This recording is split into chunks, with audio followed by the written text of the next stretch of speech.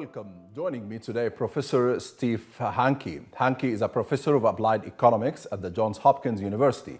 He served on President Reagan's Council of Economic Advisors and is one of the world's premier authorities on hyperinflation.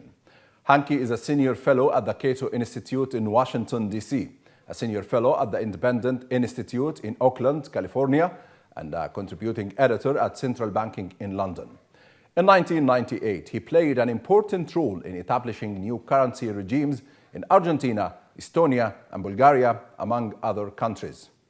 Hánki's most recent books are Currency Board, Volume 1, Theory and Policy, 2020, Currency Boards, Volume 2, Studies and Selected European Countries, 2020, Currency Board for Developing Countries, a handbook in 2021, and Public Debt Sustainability, International Perspective in 2022. Welcome to the show, Steve, and thank you for joining me today. Well, thank you for inviting me, Osama. So let's kick off this conversation with the $1 million question. Official inflation in Egypt is 21.27%. However, Hánki's annual inflation in Egypt is 101%. So, how do you explain this massive gap between your calculation and the official one? Well, in countries that have elevated inflation rates, that's inflation rates above about 25%, the only way to accurately measure inflation in those dynamic high inflation situations is to use what's called purchasing power parity. And that's what I've developed and used to measure these high inflations. And what happens, the chain of reasoning is fairly simple.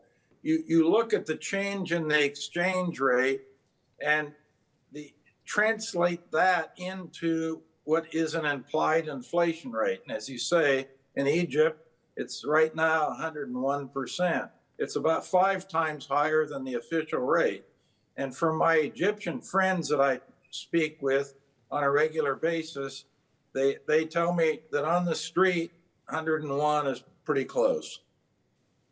And I can say we've done a lot of scholarly work on this, and in these high inflation environments, purchasing power parity, as I use it, is very, very accurate.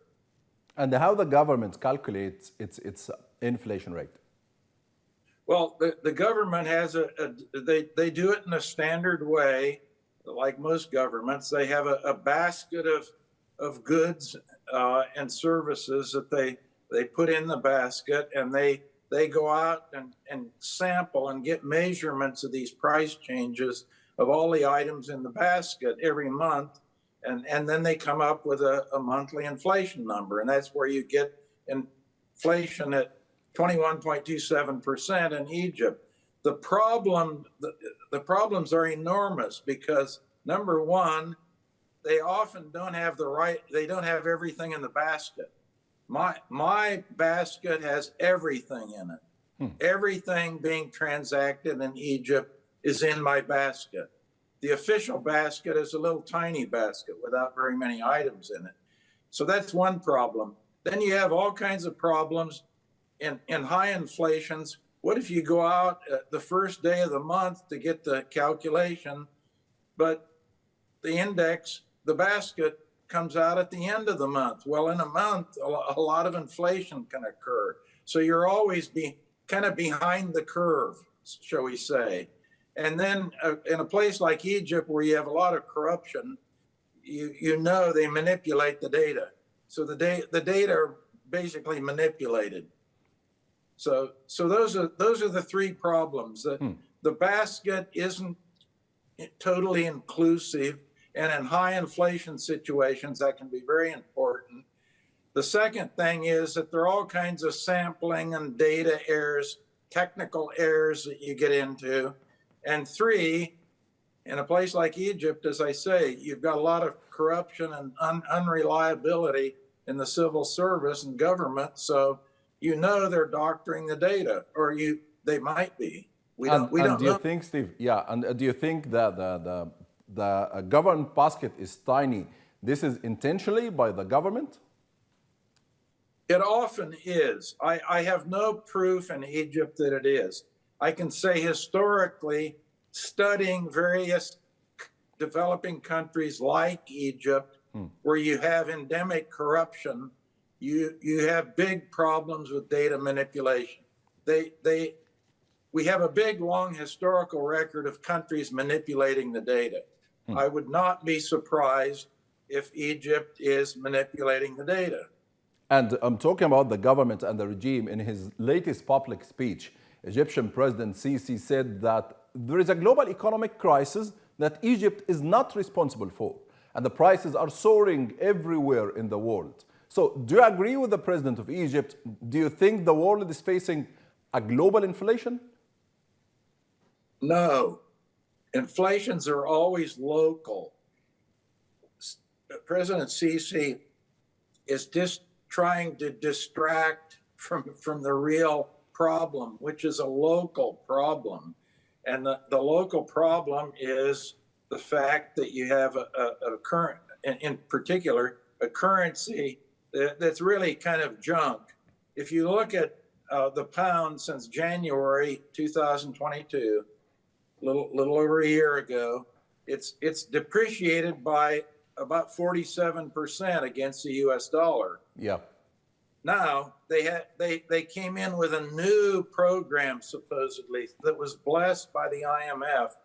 On October 27th, 2022, they have what they call a durable but flexible exchange rate, which is a contradiction in terms, by the way. Durable, flexible exchange rate. It's a kind of a nonsense thing. But what's happened? The pound's depreciated since October 27th, 2022 by 22% against the US dollar. So as the pound goes down, inflation is imported. And why is it imported? Because of a local problem, not a global problem. The pound is a local currency. It's the Egyptian money. It isn't a global currency. In fact, no one outside of Egypt uses the pound because it's junk. It's worthless, basically. For international transactions, it's just not used. Yeah, I think this is a very important point, Steve. However, the regime in Egypt, they always blame the pandemic, firstly. Secondly, the Russia's war in Ukraine. So do you think these are the only reasons for high inflation and economic crisis in Egypt? No, absolutely not. China has faced the same thing, and they have an inflation rate less than 2% a year. Switzerland has the same problem as everybody else, and they have a very low inflation. Japan has the same problem as everybody else. They have the same problems that they have in Egypt and Japan, and they have a very low inflation. So who should hold that accountable? The reason they have low inflations in China, Japan, and Switzerland is because they control the money supply. And why Egypt can't control the money supply? That's actually an easy one to answer in a way. They spend a lot of money, and the central bank buys a lot of bonds issued by the government to finance the government spending. And when they buy those bonds from the government, they have to print money. And they print too much money. That's the big problem. They are not watching the money supply. Okay, and the government in Egypt always, Steve, has some solutions and some unusual solutions to offer to the people. So, for example, to combat food inflation, the National Nutrition Institute in Egypt has suggested that Egyptians eat chicken feet and claimed chicken feet are good for the body and for the budget as well.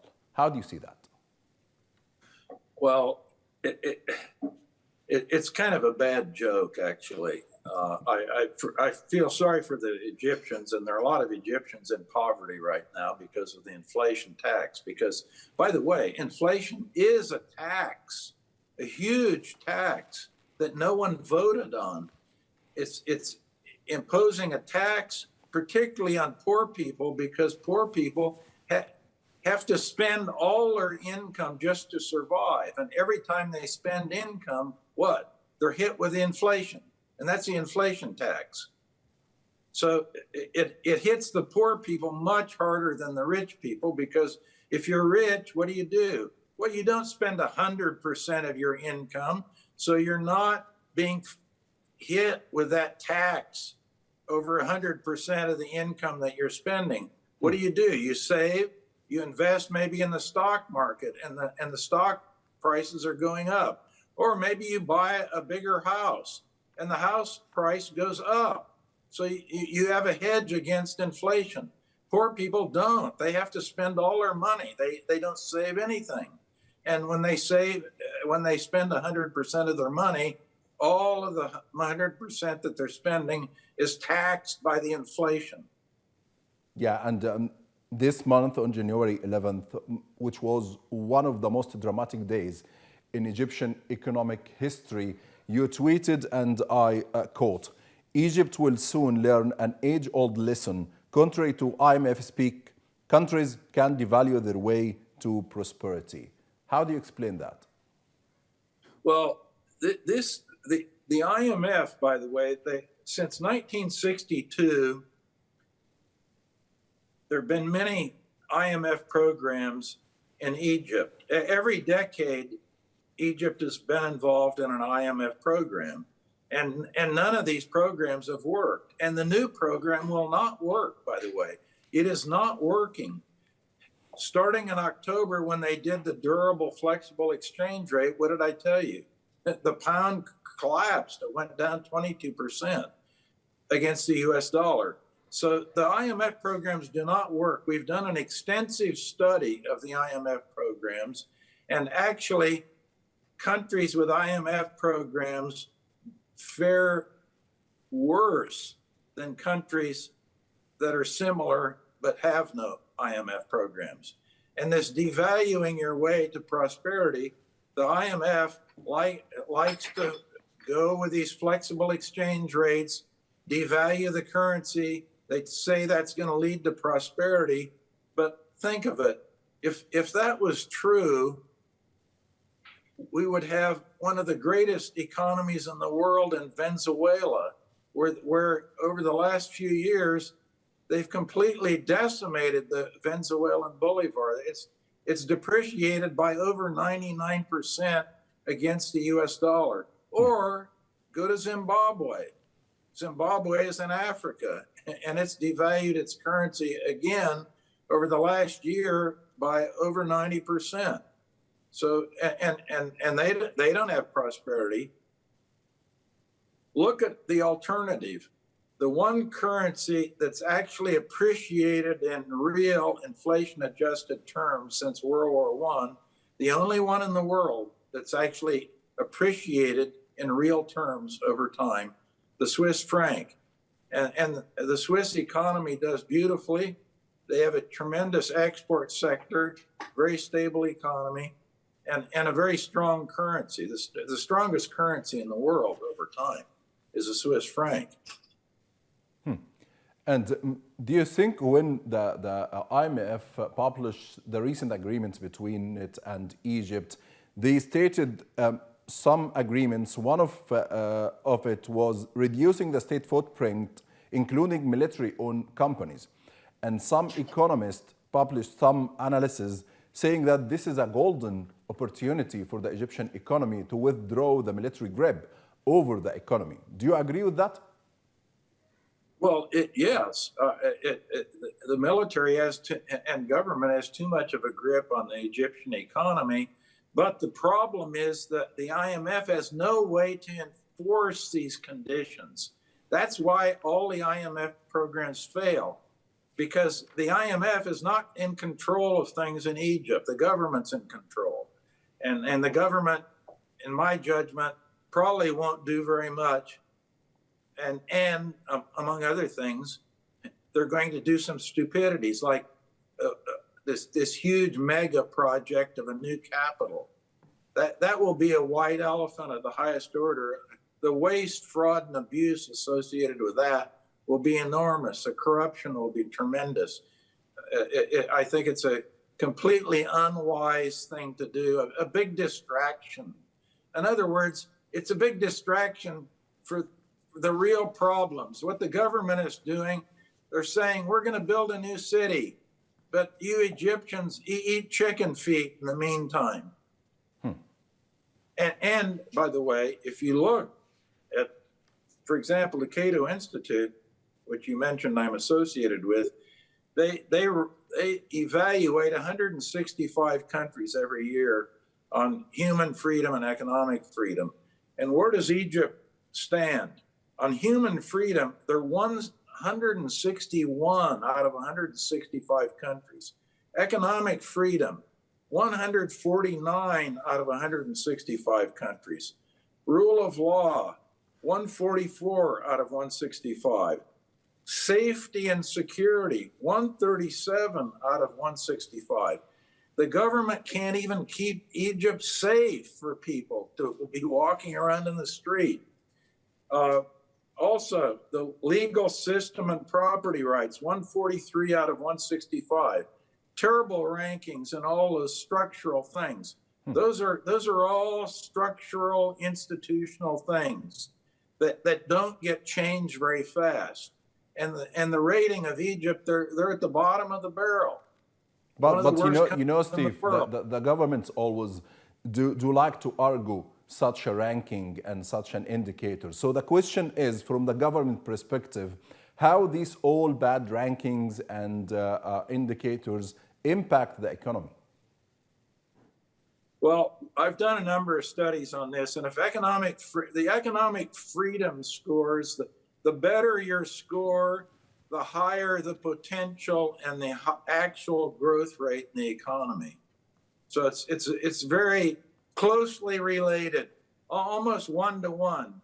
You increase your economic freedom ranking by 10%, and you get a 10% jump in the potential and actual GDP in the country. And so if you want to be prosperous, you have to have a lot of economic freedom. Yeah. And let's look at the one that ranks up at the top, Singapore.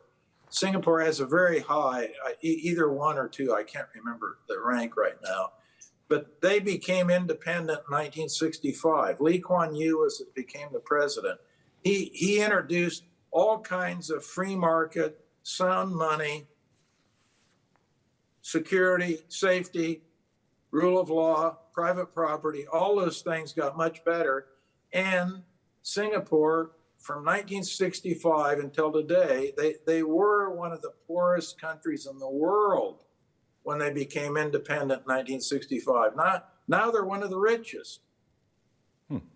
And you just said that IMF can't force the Egyptian regime to withdraw the military grip from the economy. However, they can hold the installments of this recent loan. They just released 300 million and 47 as a first installment. So does the IMF can hold these other installments until the regime follow the agreement? They could, but they typically don't. And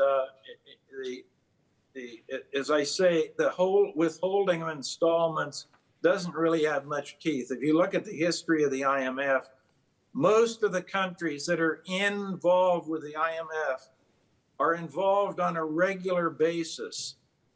Like Egypt. As I said, they started in 1962 with IMF programs.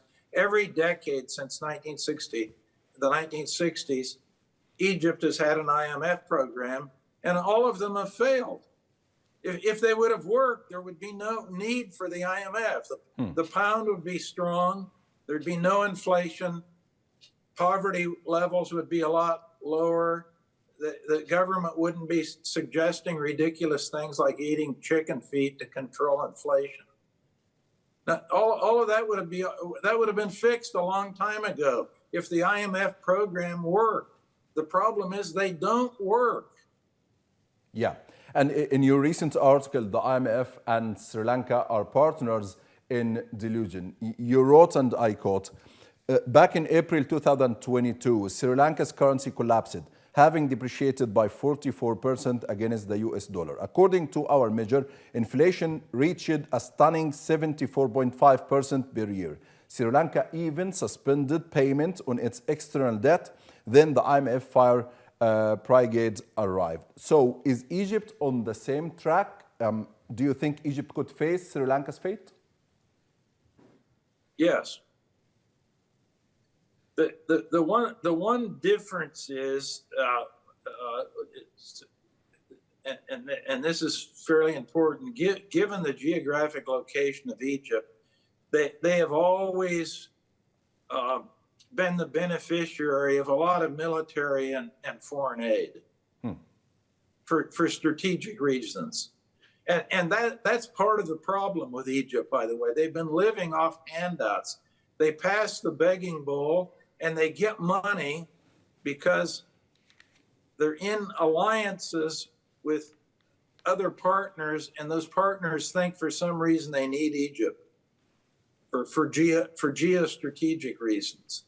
But what happens, the money goes to Egypt, and what pockets does it go into? You know what pockets it goes into. It goes into the political pockets and government pockets, one way or another, and does nothing more than fuel corruption and ultimately destroys Egypt. I mean, I would argue the foreign aid has been one of the most, shall we say, destructive economic aspects of Egypt, because the foreign aid goes in and it's just fuel for corruption. It just pours fuel on the corruption fire. And that's why you get all these terrible ratings in Egypt for things like corruption. It's very corrupt. And do you think there is a danger of bankruptcy in Egypt soon, Steve? Well, yes. Why? They are on the Bloomberg list for potential default, by the way. I think they're ranked, they're number 5 on the Bloomberg list of possible defaults. So the answer to that is yes, I agree with Bloomberg.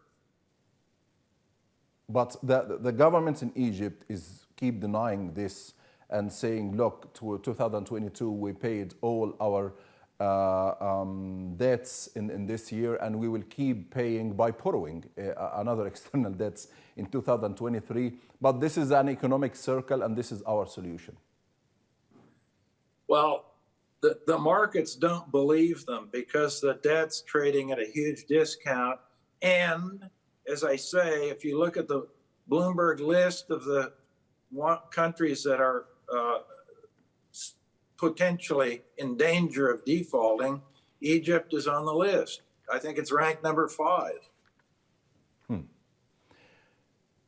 Okay. So basically, the government in Egypt doesn't really have any credibility. That's the bottom line is they can say whatever they want to, but no one really believes them. And why don't they believe them? Because they lie all the time. If they were telling the truth, people would believe them. If you were telling me every time I talked to you, Osama, something that was accurate, I would think, well, the next time Osama tells me something, it's going to be accurate.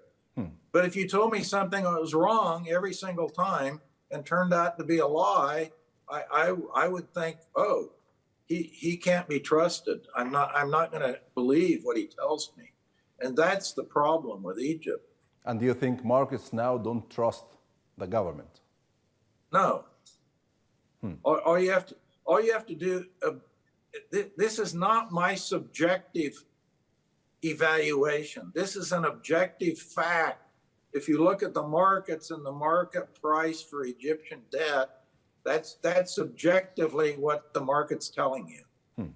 But you know, Steve, the government just introduced the IMF, the recent loan with the IMF, as the last chance, the last economic chance. And with this loan, we will obtain the trust of the market globally, and the external investors will come again to Egypt, and we will have the hot money again in Egypt because there is 20 billion withdraw from the market in Egypt last year. What do you think? Well, I don't. That's not a fact. That's not based on any facts. That's wishful thinking. Because if that was true, that's what the government's been saying. Various governments, not just this government. This is nothing new in Egypt. I said they've been on IMF life support since 1962. This has been going. This has been going on for 60 over 60 years. In fact, precisely 60 years. If you subtract the numbers, you get 60. Yeah. So it's nothing new. It's an old Egyptian way of doing business in the government. No matter what the government is, every single government has done the same thing.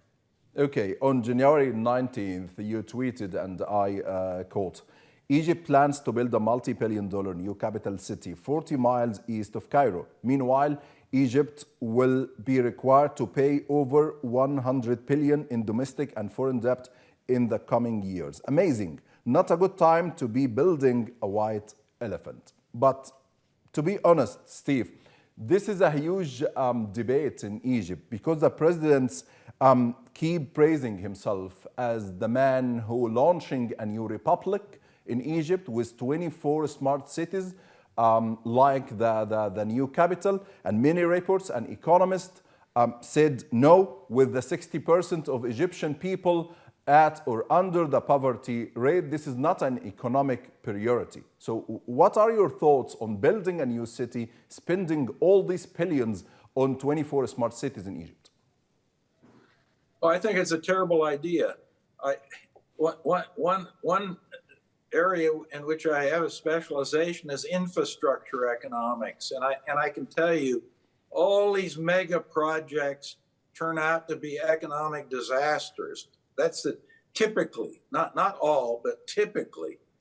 If you look, you're in London right now, and if you look at the channel going over to the continent, the annual rate of return on that white elephant, it's negative. It's a negative rate of return. In other words, they invested a lot of money to build the channel, and the return is negative. The costs are actually greater than the benefits.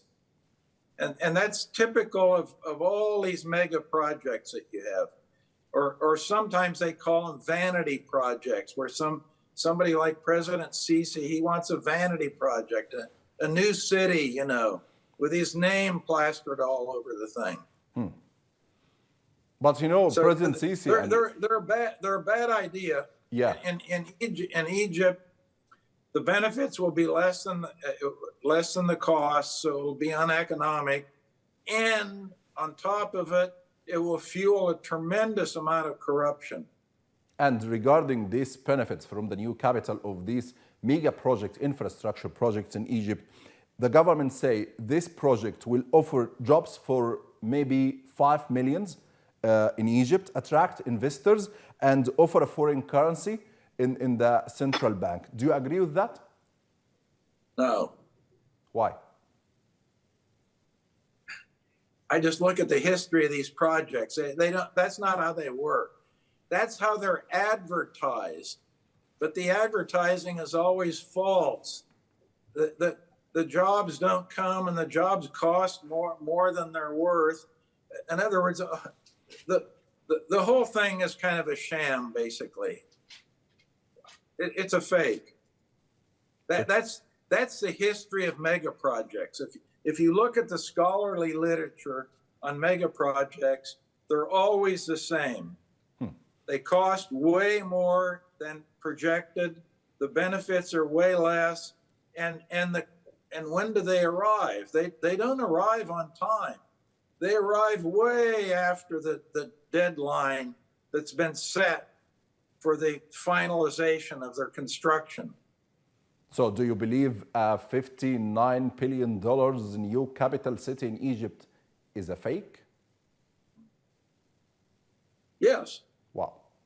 It's not going to happen. I mean, I'm basing my judgment on ex post evaluations that have been done on actual real mega projects that have been built. And what those show is that they end up costing way more and producing way fewer benefits than advertised before they start the project. So they say a lot of things before the project starts. I mean, look at the channel going from the UK over to France. That was going to be the best thing since sliced bread. Well, it's turned out it's a white elephant. Yeah. Benefits way less than the cost. Rate of return negative, about 15% a year. They're not getting a positive interest and payback of 15%.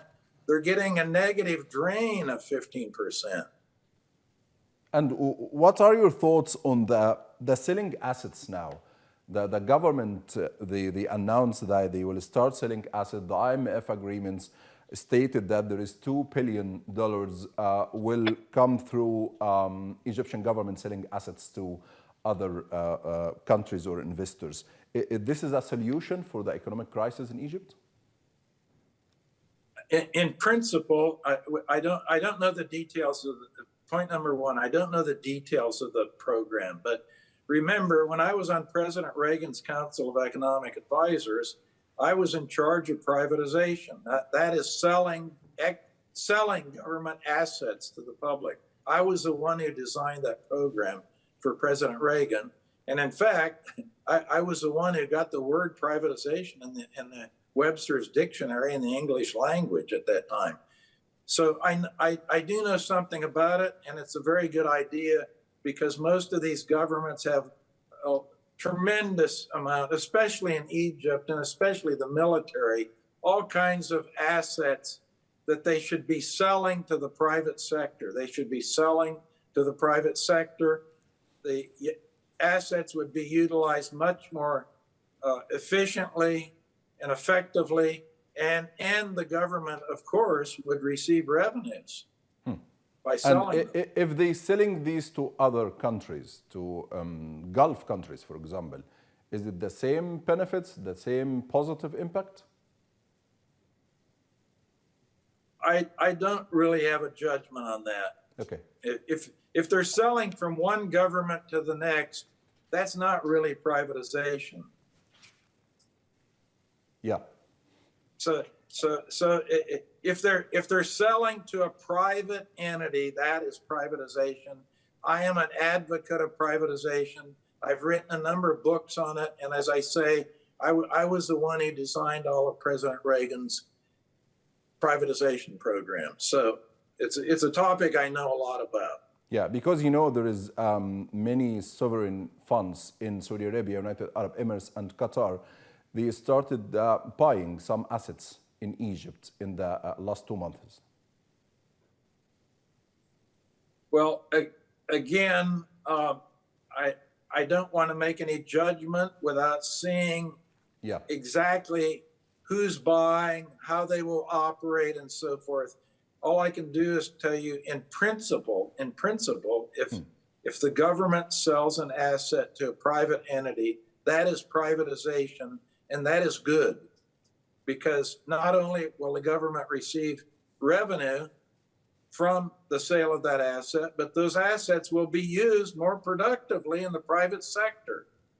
There's a bureaucratic rule of two, and the bureaucratic rule of two says if something is in the private sector and has a cost of one, if you would transfer it into the public sector, just the reverse of privatization, you would know what the cost would be two, not one. So the cost of doing things in the government is roughly twice as high as in the private sector. So if you're transferring things from the public sector to the private sector, you're probably reducing the cost by about 50%. Yeah, and in case of Egypt, the private sector is struggling with the military grip over the economy. It's something like a closed circle. Steve, the military grip, there is no competition with the private sector. So do you think the private sector can stand for this buying assets and do the strategy you just explained, or with the military grip? That's an important point, Osama, and that is that the rules and regulations have to be such that monopolies are discouraged and competition is encouraged. That if you privatize something and put it into the private sector, you want to put it into a competitive environment. And if you don't, then you have a problem, because what you do, you go from a government monopoly to a private monopoly. And although that's probably better than leaving it in the government hands, it's not as good as it should be. It should be going from the government to the private sector in a competitive environment. And by the way, there are entrepreneurs, Egyptian entrepreneurs, operating internationally as well as in Egypt, that are good. Yeah. And have good international reputation. So I would hopefully like to see those assets in the hands of Egyptian entrepreneurs. You have some of them, you know the list. Some of them actually are friends of mine. Okay, yeah. And Steve, the Financial Times editorial board wrote, and I quote, "It's often assumed that Egypt is too important to fail and that the donors or Gulf states will always bail Cairo." However, the next day of this article, Saudi Arabia's finance minister said at the World Economic Forum in Davos that the kingdom is changing the way it provides assistance to allies, shifting from previously giving direct grants and deposits unconditionally, adding Saudi Arabia was encouraging countries in the region to make reforms. So do you think, will Saudi Arabia and other Gulf allies to the regime in Egypt abandon the regime or keep assisting, but by another way?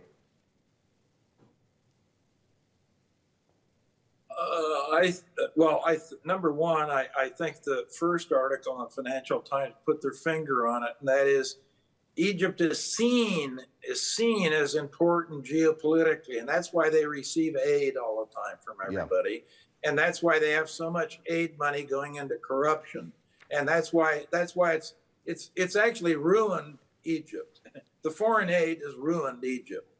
So the second article dealing with the Saudis, maybe they will change the conditions on which they're providing funding for Egypt. I don't know.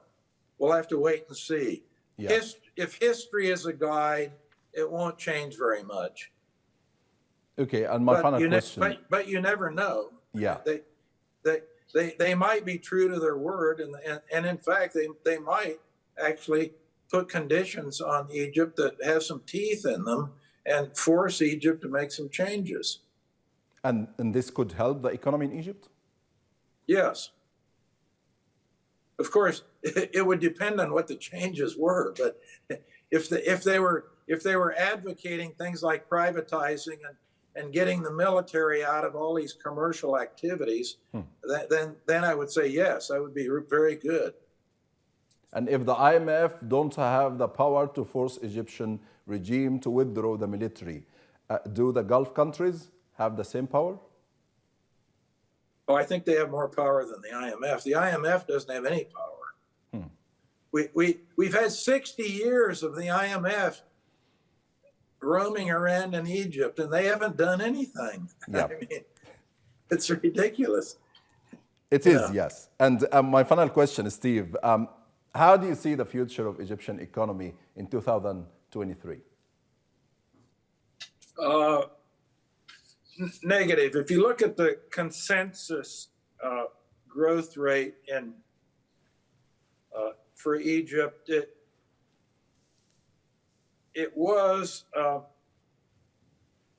about 5.2%. Now the consensus has dropped down to 3.8. So the consensus is going down, and the consensus on inflation is going up. So if you look at the recent consensus, that isn't me, that's a consensus of lots of economists and financial people. They are saying that the economy is going to get weaker, and they say inflation is going to be higher. So it's negative. The dynamics are negative, not positive. Professor, and I agree. I agree with the direction being pointed to by the consensus is the growth is going to be weaker and the inflation is going to be stronger. And I agree with that. Professor Steve Haankey, thank you very much for joining me today.